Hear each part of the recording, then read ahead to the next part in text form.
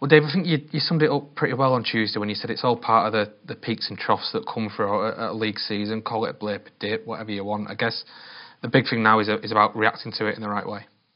Yeah, absolutely. Listen, it's not the end of the world in terms of the results we had, but we're on the back of I suppose, a good run in terms of points accumulation, and when you don't pick up maximum points, then it can be disappointing. And you can look at things in lots of different ways. You can read out stats in any way that suit your, I suppose, or suit the situation you want to be in, whether it's 1 win in 5 or whether it's unbeaten in 3. It can be put in lots and lots of different ways. So ultimately it's the next game. It's an important game.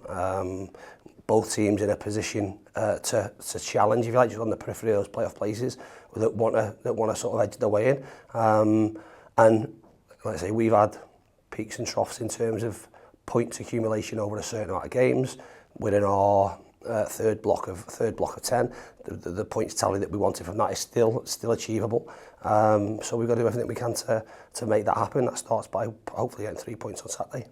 There are a couple of deals done shortly after you spoke to John on Tuesday night. Challinor leaving to join Bristol Rovers and Joe Grayson coming in on loan, a versatile left-sided defender. What can you tell us about those 2 deals? Yeah, they were very last minute. We had an understanding, like I say, with Cal. There'd been some interest earlier in the window that hadn't materialised. It was a very, very late call. So late it was during the warm-up at the Crew game. So we obviously, from our perspective, had plates spinning in terms of things that we could do for replacements, or maybe to balance the squad out a little bit more equally. So once that happened, we then obviously set the wheels in motion in terms of bringing Joe in. So listen, ultimately for all players at the minute, it's about playing football if they're not in the I suppose plans or at the forefront of those plans, and ultimately trying to earn themselves something for next year. And in both situations here, Barrow with Joe and us with Cal, it's the best thing for the clubs and certainly for the players.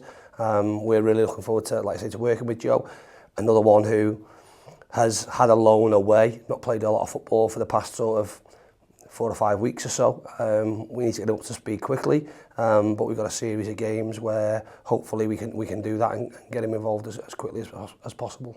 And what can you tell us about Joe as a player? Obviously has a lot of pedigree from coming through the ranks at Blackburn, as you say, had a loan spell at Dundee. What sort of player yeah, is he? I think just in terms of, like you say, squad balance, you look where Cal fitted in, I suppose, in terms of left wing back, left back. Joe's probably a little bit different, could do a job as a left back, but can play left side centre back, but has spent the majority of his career playing as a midfield player, and recently up in Scotland, that's where he's been playing. So I suppose it's a different profile, but one that will, like I say, will absolutely complement what we've got. If we look at especially those deep lying midfield areas, we don't have much in terms of outside of Crosby. We know Aki can go in there, but he's really doing well at the right side centre half role, and not what a place we want to take him out of really. So it gives us that opportunity as well as the ability to play as a left side centre back. When you look back at it now, how do you rate the transfer window as a whole that you've had? Because it certainly changed and evolved as the window went on, and you had to react to certain things, didn't it? Yeah, listen, I think as a whole, I think we are better and more balanced. I've spoken my programme notes about the players that have gone out, some permanently, some on loans. I suppose what it does do, we got a lot of our work done early in the window in terms of bringing in Tanto, Stretz, Kyle Noyle and Burner. So we're able to be pretty reactive towards the back end. We missed out on a few, and whether that was due to timing or whether that was again other things. But like I say, I didn't expect a whole lot more to be done. So to be able to cover the position, bringing Aaron and obviously bringing Joe in right at the end, I think gives us, like I say, really good balance, and hopefully makes for a successful second part of the season. There's obviously a need now to get players up to speed with the system, with the style of play. In Aaron and Joe's case, how soon do you think we could see them involved?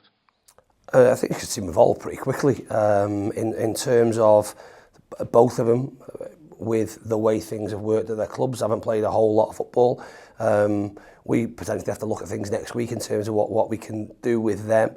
But then we have a Saturday, Tuesday run for the next sort of 3 or 4 weeks after that. So the scope to potentially get games for them becomes more difficult. But certainly looking at them train, Aaron over a couple of days and Joe today, they're not miles away by any stretch. And we play at a certain intensity, and I suppose peak of that for them will be maybe a week or so away. But I certainly don't think they're in a position where they couldn't impact the squad, couldn't be involved. I suggest that playing 90 minutes might be a push for the pair of them, but that's what we need to work towards. In terms of injuries, you've obviously had Tanto back today training with the first team squad. Is anyone else close to being back available now? Not really. Again, I suppose we've increased the load of the likes of Sauce and Fraser of both being back on the grass and being outside, which is great to see. But they're a little bit away as of yet. And aside from that, obviously Mac is back in the building today. Great to see him out of his cast, back in the boot. But again, rehab will begin on him in terms of range of movement and things like that. So we're getting there. Like I said, the only one really that jumps out in terms of potentially having an involvement the weekend is Tanto. But we know where we are with the others, and we're certainly on schedule, if not ahead of schedule. One player that's had to be patient for his chance in recent months has been Callum Camps. I think last Saturday was his first league start since October. Obviously, no doubt in his ability. Of course, is he a player that can really benefit now from getting a run of games in the team and getting back up to speed? Yeah, absolutely. I mean, we've looked at, without wanting to give too much detail away around us and how we want to go about things. We've found maybe we've been a little bit underloaded in midfield areas when there's been transitions, and we want to, as much as we're a front foot team and want to play with a certain intensity, we want to have some control in games, and I think Campsey certainly gives us that. He's a different type of player and probably gives a little bit more support to Crosby.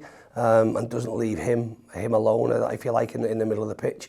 So there's a balance between what we're doing and us wanting to be aggressive and expansive, but also we need to be able to have control in games, hopefully get ourselves into winning positions and be able to manage the game with the ball rather than manage the game potentially when the ball's off the pitch. So it's something we need, like I say, we need to do better. We're evolving as a team, and there are different parts that you have to go through depending on what plans other teams come up with and how they think they can cause you problems. And like I say, he's played a part of that in the last couple of games. He'll absolutely benefit from a run of games and getting himself up to proper match fitness, if you like. Obviously missed out with his shoulder problem for a while and was the probably most serious victim of the illness that we had over that Christmas period. So it has been stop-start for him, but he's had a couple of games now and he'll only get better.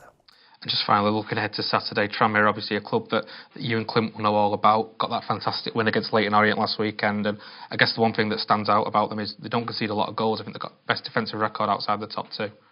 Yeah, exactly that.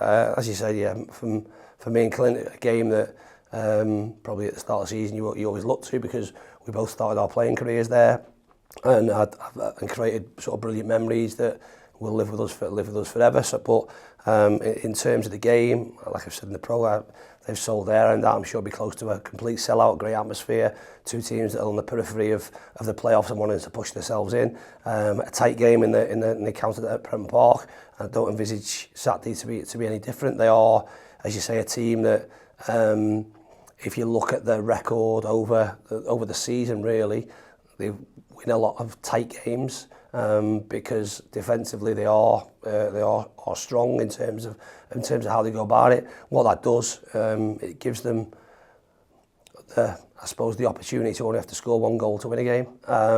From our perspective, we've been defensively pretty solid, to be fair, in terms of what we've done. But we've got to try and be on the front foot and be aggressive in terms of how we go about it, but also wary that they have their own strengths and threats, and they'll look how they can hurt us. But it's the next opportunity for us to get back on that winning run, if you like, and hopefully we'll do everything we can, and we can be sat in the dressing room at 5 o'clock on Saturday afternoon with an extra 3 points in the bag. We're all looking forward to it. Dave, thanks for talking to us. Cheers, thank you.